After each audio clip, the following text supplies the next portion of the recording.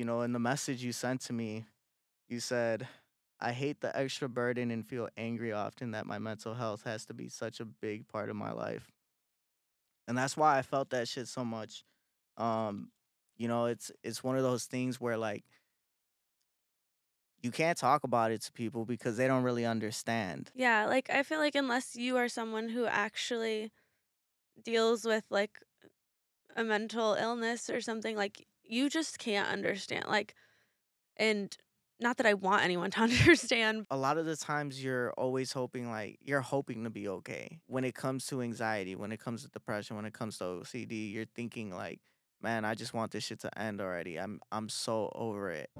This is Sad Boy Radio.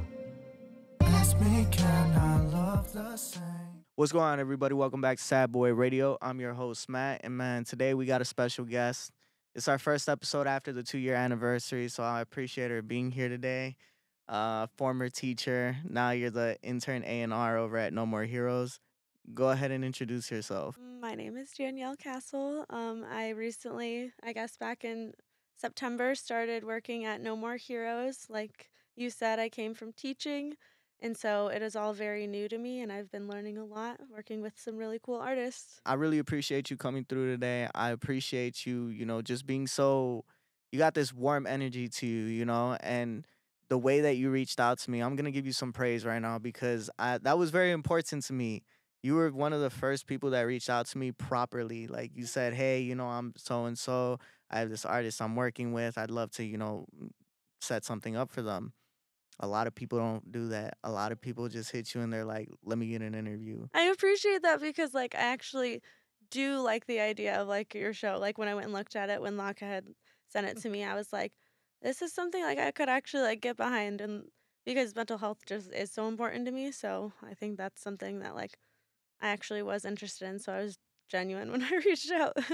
Definitely the mental health part, I want to get back to it. And that's why this one was so like, man, when you sent me that message, which we're going to talk about, that shit hit. I was like, I never related to something more. Being able to bring it back to the mental health aspect after the 2 years, I think it's a great way to open it back up. Real quick, go ahead and talk about the relationship you have with No More Heroes and how that relationship was established. In September, Laka had posted a Instagram story that he was looking for an A&R intern, and I DM'd him, and I had just decided not to return back to teaching because it was a really stressful career for me. I just knew I didn't want to be a teacher anymore.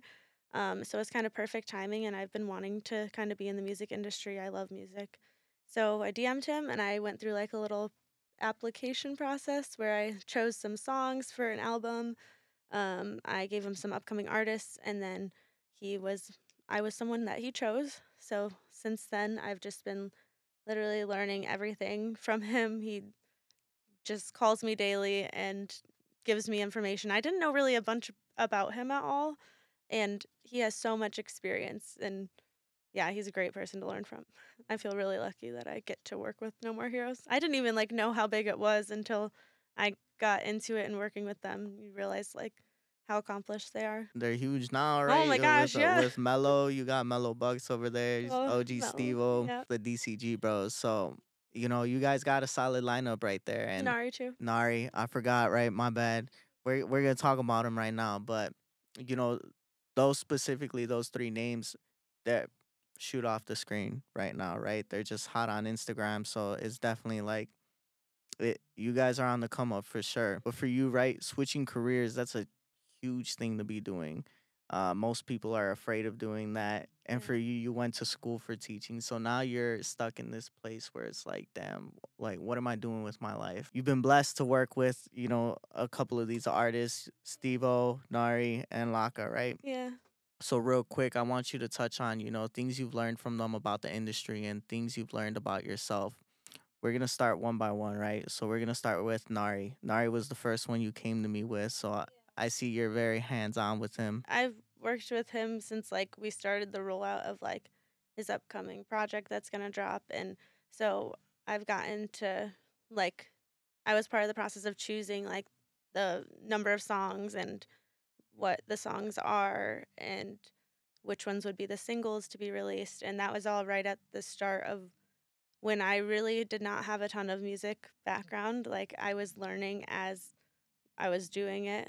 Um, yeah, I was a little worried, like, did they, like, why am I being trusted with this? But Laka told me I had a good ear for music and that he agreed with a lot of what I was choosing. So I just it built my confidence. So he's someone that, like, I now feel like, and he's an artist that, like, working with him, he, like, really met me in, like, understanding that it was new to me and being, like, very thoughtful and kind and willing to explain things. And, like, not all artists, like, not just, like, No More Hero artists, just not all artists are as, like, willing to talk it through with you. And so he's someone that's helped me a lot, like, actually understand things and not feel embarrassed when I don't know something. And now I feel really confident working with other artists. What do you feel like's a moment that stood out within your guys' relationship? The first studio session I went to of his, I'd listened to get the internship. I'd listened to like 80 of his songs and made my own like album that I thought. Um, and then he asked me what my favorite song was of his, and we had the same favorite song out of his 80 songs, and that was like it was like a moment, yeah. And that was it was Bond Number 9. It's what we actually we released it as like the first single that I got to totally be like A&R for. I got to do the producer agreements. I like cover art, choose the videographer, plan the shoot, like all that, and get all the assets together to submit. And so that was really cool. That was like both of our favorite song, and then I got to like roll it out with him. That shit's I crazy. know, it was cool. How long did they give you to choose those 80 songs? Oh, he called me on like a Thursday, and then I had to have them done by Wednesday. So about a week? Yeah, I listened to all of them that night. I was so excited. I was like a Nari fan before.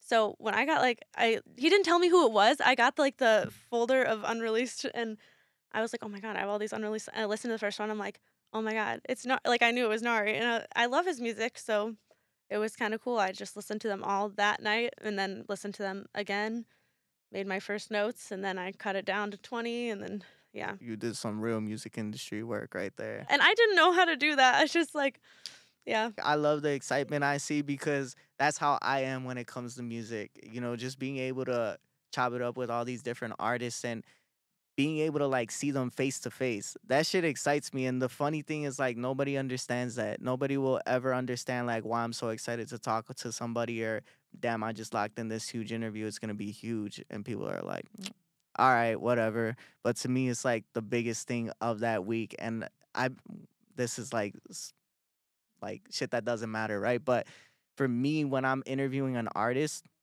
I listen to their music all the way up until we do the interview. After the interview, and like that artist will become like it the whole week. That's all I focus on. So I love being able to see that energy from you and just like how dedicated you are to the artists you work with. I was a fan of DCG and Nari before. Like I was a big DCG fan like before. Yeah, tell them the story. Do I have to? Nah, you don't have to. I mean, I can, but I was a fan of their music before. So getting to work with them now, like, and help them choose like things and see them record is just like it's crazy to me. It's such a coming like they were on my playlist before. And then Stevo actually is like a funny one too. I didn't even realize it, but like my number one song on my like Spotify Wrapped of like 2022 was I like loved Tay Sav's album, and it was the song Bussin', and it had Stevo on it, and I didn't even realize that. Like I didn't know who Stevo was. Like I had followed him like recently before like I met him through No More Heroes. When he like dropped like 56 bars, I think is but, like, and then I, like, looked back at my, like, Spotify Wrapped at the end of the year, and I realized I'm now working with an artist that was, like, on the number one song that I listened to, which is just I had no idea back then. So talking about Stevo, right?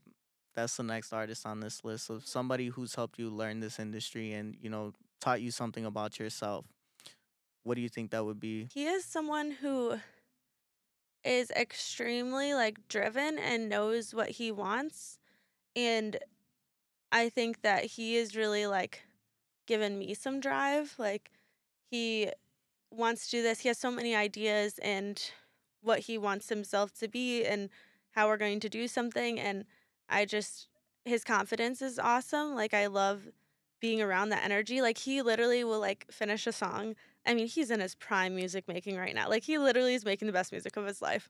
And, like, last session last week, he's just, like, he gets done with a song in, like, 20 minutes, and then he, like, dances in the like, literally just that energy is it's, like, magnetic, and I can, like, see he has, like, superstar energy, like, when he performs, like, just when he comes in the room, he's very charismatic, and it's just kind of shown me someone who's really, like, sure of themselves as an artist. Not that, like, others aren't, but it, like, motivates me to he wants the next thing, like, and I have no idea where my music career is headed, like, but it makes me want to keep going and, like, think of all the places that I could be just like he does. I love how you talk about these artists and just the way that you approach it all. I think that, you're very passionate about the industry. I know you're new to the industry, but you're passionate about it. And that's what matters at the end of the day, because you're going to work 10 times harder than the person who is good at it, but doesn't really care about it. Because I'm so new to it, like, I have to work, like, extra hard. I read a lot of, like, research, and if I don't know the answer to something, like, yes, I can call Laka, but Laka is a very busy guy, so I try to, like, do my best to kind of figure it out on my own, or, like, ask minimal questions just to because there is a lot you can just learn from getting on the internet and, like, listening I listen to, like, other music podcasts, and just I don't know, I've really had to, like, work hard. What was one of those first, like, huge humps that you had to get over? It was hard for me to kind of, like, know how to interact with the artists at first, like, and each artist is different, but, like, how much do they want me to be involved? Like, how each artist, like, has a different way of, like, doing things, but just, like, I I felt like I, like, wasn't connecting, like, or I maybe didn't have the same idea or something came off, like, negatively, and, like, I just, like, felt really part of it, my anxiety, like, it's like, "Oh my gosh, this is, like, it for me, like, I messed up," like, or they don't agree with that, or I don't know, I did something wrong, and that would be but, like, it's what does Locke always says? He always says, "It's not that deep." And, 'cause I'm like, "I'm sorry I did this," but You be stressing about the I little stuff, stress huh? all the time, everything. That's what another thing Laka told me say not say sorry so much because I just feel I always want to do a good job. I have like high expectations for myself, and it's hard when you're learning something completely new. Where do you feel like these high expectations are coming from? I've just always had them my whole life. I've just been a straight A student, and through college I was a straight A student. Um I don't know. I've always like I was on like in my sorority, I was the VP of philanthropy, like and I was on student congress. I just like always like did these things like to build a resume, and I kind of like I don't know, it made me think like I needed to always like do that. Like every club I joined, like I was then like the education sorority that I was in, then like I became the vice president of that, and like just I took on so many things that I think maybe that's like too much, but I like just felt like that's what I needed to do.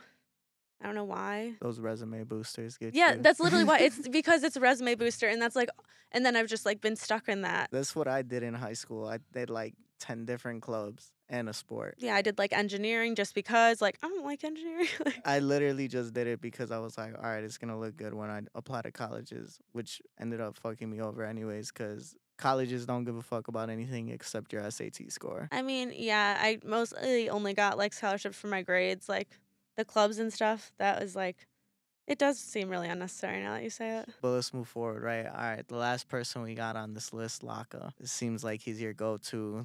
Yeah. He's guiding you through this shit, helping you with your learning curve. So what's Mhm. something that he's helped?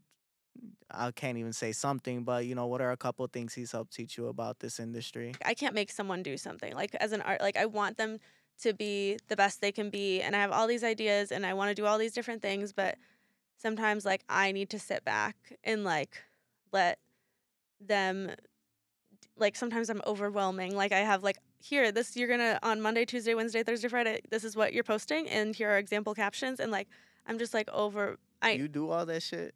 yes.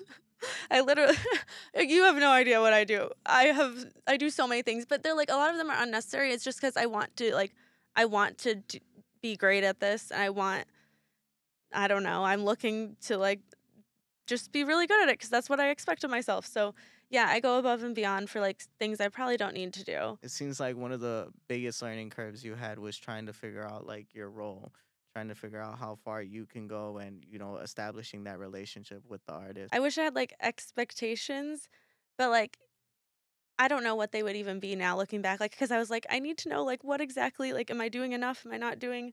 And Laka just like, it's not how he operates either, but like thinking for teaching, like I got like a binder at the beginning of each school year with my staff handbook and like everything that was expected of me. And I had like my performance reviews and stuff. And it's just very different than that, like being like in college when I would have like reviews over my teaching, like someone would come sit in, like then getting reviewed. I just like, I don't know how I'm doing all the time. You preferred that? I I hate think that. it's just okay, but it's just like how I've been, like it's what I know. It's what I know, but I hate that. I hate somebody telling me like this is what you're doing wrong, this is what you're doing right. It gives me too much anxiety to know somebody's going to come and watch what I'm doing and give me like, "Hey, you fucked up. Fix it." I guess like having someone watch you like and critique you, yes, but I reassurance seek a lot. So like I need to know I'm doing an okay job. Like otherwise I just kind of go crazy in my brain thinking like people are thinking the worst of me or like they probably think I'm being lazy or whatever. So your love language is words of affirmation, huh? I mean, I guess, but not even just like in life. Like I need my mom to tell me she's not mad at me. Like if I did if I did something like I just like I need to know. So you led us with the perfect transition right there. Being able to talk about why you switched from teaching to, this new career as an A&R, that's a huge transition. Talk about the transition. I've been teaching and I was getting really burnt out of teaching. My last year I was teaching 3rd grade and in like September I like was having a little bit of difficulty with like my depression and anxiety and I just like did not want to go to work. Like I was like having panic attacks again and like I started having panic attacks in college, but like that's when I got diagnosed with anxiety and depression. And then it just was like kind of going into a whole kind of thing and I stopped going to work for like a week and so then I decided I kind of was forced to go on like a leave of absence for which was 3 months then and then when I returned to work like I during my 3-month absence, I, like, went to an intensive outpatient program, and I just, like, learned a lot of skills. I would just go to, like, a class for 3 hours a day and learn skills about how to deal with stress better, how to cope better, like, just it was the most amazing 3 months, like, actually, I loved going to that program, and it taught me great life skills, but then I, like, returned and I just realized, like, I wasn't really being it wasn't fulfilling teaching, like, it was a big stressor in my life, and I also wasn't really getting any happiness out of it. I didn't have a personal life because I was working late and, like so I just deciding to stop teaching was something I kinda had to do for my mental health because I just, like, couldn't maintain that job and be happy. And music is something I kind of found through that in that like I started to listen to music that helped me like understand my feelings during those 3 months. So like I started like I didn't know about Juice World like for very like until probably like a year ago. Like I knew of him. Like I'm sorry. I knew who he was as an artist. I didn't listen to his music at like in depth at all. But then like I started listening to like his song Empty. Like that was like one of the first times I like had a word to describe like how I felt cuz I just like didn't have the words. It's hard to describe when you are not feeling the way you're supposed to. Like you just don't I mean, even now I have trouble describing it. So like listening to music, I just got really into finding more artists that I could listen to like kind of think about my feelings and understand them. And so music just kind of became a bigger part of my life during that time. And like I can also kind of just like stop thinking and listen to music and like zone out. So it kind of I just started following more artists and things on social media and it just was something I was really passionate about, and especially, like, started listening to a lot of Chicago artists and stuff, and it just kinda, like, somehow fell into place that there was Laka looking for an internship right when I had decided I'm not going back to school. Um, I was looking at careers in, like, ed tech. I was, like, trying to change, like, industries into something like remote from home or something. But I never imagined it would be the music industry. Like, even when he DM'd me back, like, I was like, oh my God, like, because I just didn't have background in it. I didn't think I would be considered even. So I think the transition was something I had to do, because I just couldn't be a teacher anymore because I just would go crazy. I just literally would go into crisis mode and I couldn't do it. Literally went crazy for a little bit. Literally, I did. No, I'm not kidding. Yeah. Where do you feel like that inability to express yourself stem from? I didn't really know anyone who had gone through anything like that. Like, I have like 4 best friends from high school, and none of them like have any mental health things going on, and like no one, like my grandma did, but I didn't really like know about it. So it was not something I was like familiar with, I guess. So, and I didn't honestly even realize like other people noticed. Like my mom and my sister, they're like, maybe you should take like a longer time off of school. Like, deciding to go on a leave of absence was like crazy to me. I'm like, well, I just stopped going to work. Like, but once I did it, I realized I needed it. But other people noticed like I was isolating, and like I don't go out and do things. I'm not social. Was that like unlike you to not be wanting to be social and shit? No, I've never liked being social, but I guess the biggest thing was I stopped liking the things that I loved. Like, I loved teaching. I wanted to be a teacher since kindergarten, and like the kids would they would like come up, like they're 8-year-olds. I taught their grade, and they come in to tell you about like their grandma's birthday party, and like I just like stopped wanting to hear it. I'm like, go sit down. Like, which is just so mean. It's an 8-year-old wanting to share something about their weekend. And I was like, I have to leave teaching because I'm like starting to like be mean. Like, I just stopped enjoying things. Like, it was just stressful. It was fucking you over. It was fucking you up It's for turning sure. me into a mean person. So yeah. You sound like you were an asshole, low key. I love children. I like hate saying that, but like that's seriously the point that I got to, that I like knew something was wrong because I love teaching. I've always loved teaching, and I just like hated going to work every day. I subbed for preschool through 12th grade. I've done it all. I do not like little kids. Teaching them to read and stuff, like I used to get the feels for it, but not now. This is what I tell people all the time when they're like, why the fuck do you like the older kids? They're worse. I'm like, because older kids understand consequences. Little kids do not. So if you're, yelling at a little kid, you're just an asshole. You're an asshole for yelling at a little kid. I've never yelled. I don't raise my voice. Kids know I'm mean or like I'm mad when I get quiet. I just sit down and I sit at my desk, and they're like, oh no. Growing up, I had all female teachers.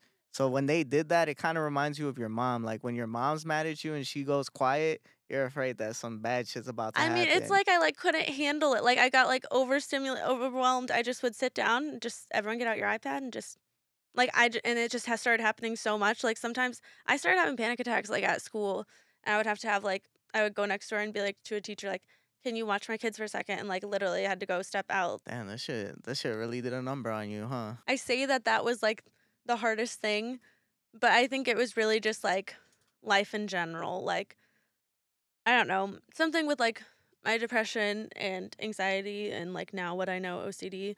Like I like never have felt like I really have a reason to like have it. Like nothing terrible has happened to me. I've had like a really lucky life. Like I've not lost people. I've had good experiences, and I like don't understand why I like feel like this all the time. Or like I didn't even realize until like recently, like until I went to like that program, that outpatient program, is that like I thought everyone's mind kind of like worked like mine, like that, like going into the lunchroom in high school, like would make me sick every day. Like I didn't want to walk in there alone because I didn't know where my friends are. And still now, like I don't like walking into restaurants and like not knowing like where like people are at.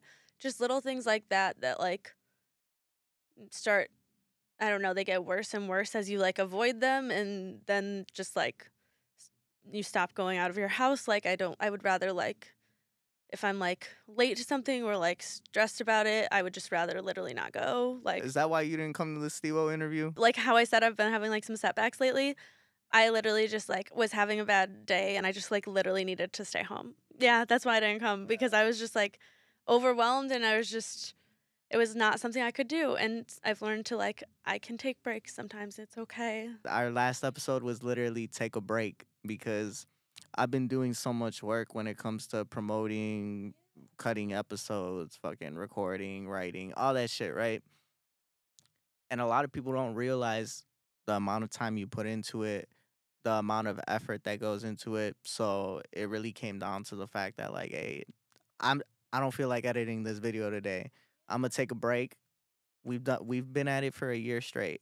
And this I want to emphasize this, and I'm sorry for taking away from you, but we've been doing this at least, this releasing every week, every single week, recording, writing, putting out. That stresses me out. I need people to understand like that's not some easy shit. A lot of people give up after one episode. We're at what is this 90 this is 98 or something like that. Oh my gosh, congratulations. That's an accomplishment. Thank you. So, and that's not even including the ones we didn't release, the ones that fucking got fucked up, like with Stevo's. And I said it in the last interview. Stevo's almost got fucked up. We were able to salvage that, but that shit was like, and that's crazy because Israel hit 1 million. I saw that and I was like, literally, what? I don't even like. He has great things to say, but like, was that one even that special? Like, he said a lot of other great things. Like, I don't know. I mean, no, that was not offense to Stevo. I'm just like, it's crazy how some things can just do that. Yeah. You don't realize like how much something relates to somebody. But let's go back, right? Let's go back to you talking about, the mental health aspect. I really like what you said about the fact that like, my brain, I always felt like everybody thought like this. I didn't realize like there was something wrong with me. And even though there's something wrong with me, I don't know why there's something wrong with me. That's something that like I struggle with, right? Cuz I got anxiety. I got undiagnosed OCD and anxiety, but I know I have OCD. Like that shit fucks me up every day. And in the message you sent to me, you said, I hate the extra burden and feel angry often that my mental health has to be such a big part of my life. And that's why I felt that shit so much.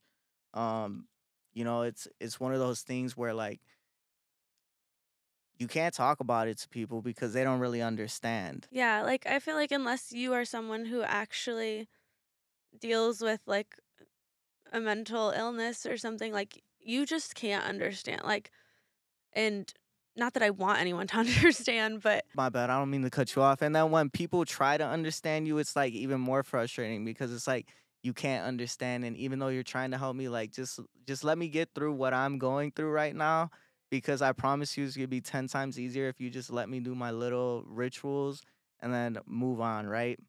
And I think about the song Fake Happy by Paramore, right? I took the lyrics. It says, I've been doing a good job of making them think I'm quite all right, but I hope I don't blink. You see, it's easy when I'm stomping on a beat, but no one sees when I crawl back underneath. It's easy to go about my everyday life. I'm hoping that something doesn't happen, like my anxiety isn't triggered, my OCD habits are not triggered because people are going to look at me a certain way then. And you're just hoping that like it does not happen. So, you go out in the public, you try to make yourself seem all right. You make it seem like everything's good until some shit's not good, right? it's like being like very high functioning. And I think it's also hard for people to understand, like, when you have a bad day or like something's going on, like, because you're so high functioning and doing everything, like, they don't understand that, like, why you can't make it to something or why you need a break. Like, it's hard to even describe it. Like, I never, like, I always look for quotes or songs or something that like helps to explain. Like, the Kid Leroy has some like unreleased songs on SoundCloud that like, I was gonna say, damn, you got I know. you No, got I the don't have. Oh leaks? my god, I don't have the Kid Leroy unreleased. I wish. No, just like SoundCloud, they have a lot of like. I mean, even his release music. I've listened to him for a long time, but he has some like really deep stuff that I just like. That's how I want to describe it, and I like make my mom or my sister like, this is how I'm feeling right now, and that's like, yeah, music is so helpful in that, and I guess realizing that other people like do think like this, and that I don't know, like all these like cognitive distortions that I have, that's like whatever technical term of like just like thinking that people are thinking this about me, or like worst case scenario, or just, I don't know, thinking unhelpful thoughts, and having these unhelpful thoughts like my whole life and thinking they're normal, and then like learning that they're not, and there are things I can thought challenge, I can do these things, like, but it's hard. It's work every day to do them. Like, I have these unhelpful thoughts every day, and like other people don't have them, and that's frustrating. And the fact that I have to like go to work and everything and put in this effort to thought challenge, like, okay, I have this thought. It's like an OCD thought. It's not like, it's like I almost don't trust my brain sometimes. Like, it's like this isn't a helpful thought, and like kind of use something like ask myself like a question like, is there proof that shows someone feels this way about me? Like, are like going through this like series of steps that I learned like in that program, that to just like talk myself down, and I'm going about my day. Like, that's exhausting. And that's why I chose Fake Happy, because in Fake Happy, she's talking about the fact that, I gotta go about my everyday life. I'm fucked up inside, but I'm going about my everyday life, making it seem like I'm okay. But why am I really hiding, the way that I'm feeling? Everybody's fake happy, and a lot of the times these people seem insincere because they're portraying something that they want you to see. Same thing we're doing. I had so much anxiety about coming on here. Like, so much. But the reason I did is because like I I've had so much trouble with like disclosure about like what's going on with me, and like when I returned to work, like explaining it, like I wanted to share with people that had like been diagnosed with OCD and kind of what that meant for me in the workplace, but people weren't really, they didn't know how to talk to me about it, and they like kind of like didn't want to hear it. I think to be like, you don't have to talk about it, but like sometimes it's easier and it feels better to talk about it. And so I like told myself like, even though I don't want to go on the show and I don't want to do this, I should do it because it's like an exposure, like something where it's an exposure is like where you put yourself in like the most high stress situation, and then you prove to yourself that, and you don't use any of your safety behaviors, and you kind of prove to yourself that your anxiety was making it worse than it would be. And so like every day I have to like do exposures to like prove to myself, like to keep things down, like to prove that I can do things, I can deal with like the discomfort. That shit sucks. It sucks. And every single day you have to do that, like all day. I can't do it. Nah, I won't live with the discomfort. I'll keep doing my shit. I know. Then you go back to then you go back to what makes you feel good. You go back to the like at one point with like I've had like different like things with my OCD, like just right, like doing things like when I put dishes away from the dishwasher, like there's nothing, like they're not supposed to, they don't have to be like an inch apart in the cabinet like the glasses, but like they're just not just right, and I need to rearrange them again.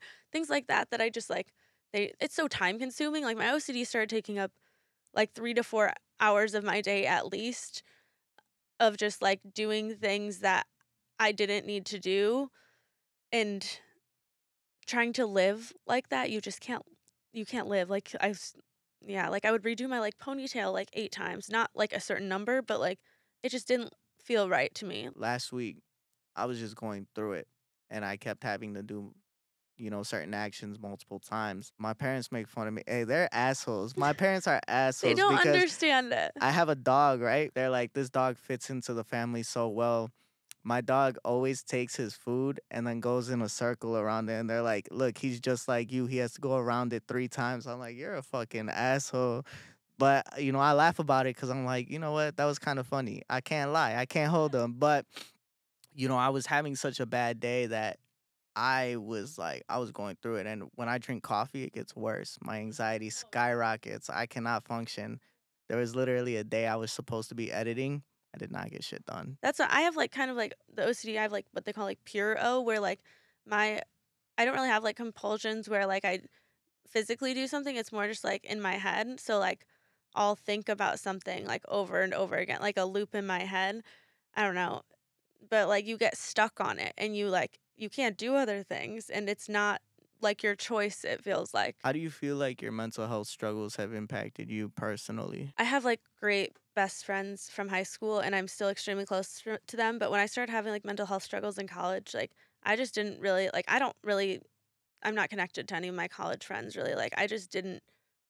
I couldn't make connections, and then like now, like when I was going with my job, like I feel like I was working so much teaching that I like didn't have time for things. I just don't really have like a ton of relationships. Like I have my like best friends from high school and my sister, and those are kind of like the people that I see all the time. And I don't feel like I have time, or like I'm too anxious to try to meet anyone else, that like I just stay where it's comfortable. I hate being vulnerable, and I hate change, but like you have to be vulnerable to change because you have to try new things. So like actually switching to this like career has done wonders for me because I have to be vulnerable all the time.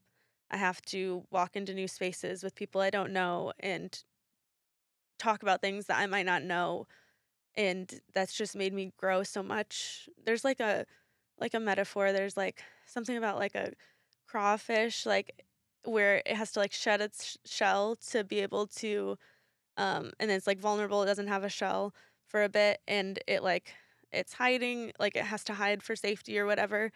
But if like it doesn't shed its shell, then it never like gets to grow or get bigger. I know that is not the way that it like the story goes, but like it's just like the thought of like I could stay safe all the time. I could stay in my house. I could stay being a teacher forever. I could never like change, but being safe isn't like the why we're living. Like it's our purpose is kind of to grow and to be happy and to have fun doing things again. I have to try them. Like I stopped liking doing the activities I was doing. But then like when I would try new things, like even though I did not want to, I did not want to go try new hobbies and things, I realized like sometimes they did like spark joy a little bit, and I had to try them and feel unsafe to grow and like be able to handle things and I mean, have fun again. Like I love being in the music industry. Never would have done like I couldn't imagine doing this. So like in a way, my mental health was like having all those troubles was like really bad at the time. But like I don't think I would have left teaching if I hadn't gone through that. And I don't think I would have started in the music industry, which is I'm happy to go to. I love going to the studio. I love doing anything like that has to do with work. Like it's not work to me. Like I volunteer to do things on the weekends, like with No More Heroes. Like it's fun.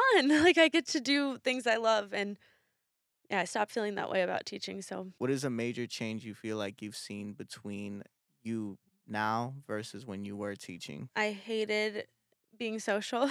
I'd like did not, and I think that partially has to do with like my depression in a way. But I like really struggled with meeting new people or going into like new situations, and I now have like a lot of confidence. Not a lot of confidence, I won't go that far, but like I I can like the first time I even did anything with No More Heroes was Laka just I hadn't even met Laka before.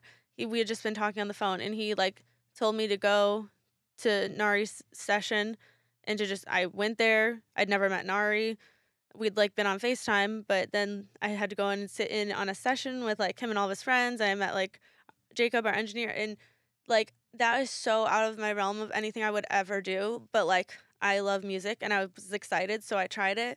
And like now, like walking into someone's session, like Jacob had me like there was an artist that was in, and he was like, "Oh yeah, like she's in the other room. Like, do you want to meet her?" And like normally, like hell no, like I would never do it. But I was like, "Oh yeah, I'll go meet an artist." Like I just I can do a lot of things that I couldn't do before. And it's like growing in all aspects of my life. Like I can just it's made me more confident. It's made me go out and socialize, which makes me realize I can do it again. Do you feel like your mental health struggles has held you back from reaching your full potential? I mean, yeah, I love being safe and feeling comfortable. I think I rarely choose to push myself. It really usually takes other people to like push me and stuff. Like doing this interview, I right away was like, no. And my sister was like, why wouldn't you? Like, you always say you want to like talk about like your mental health, and like, I just never know how.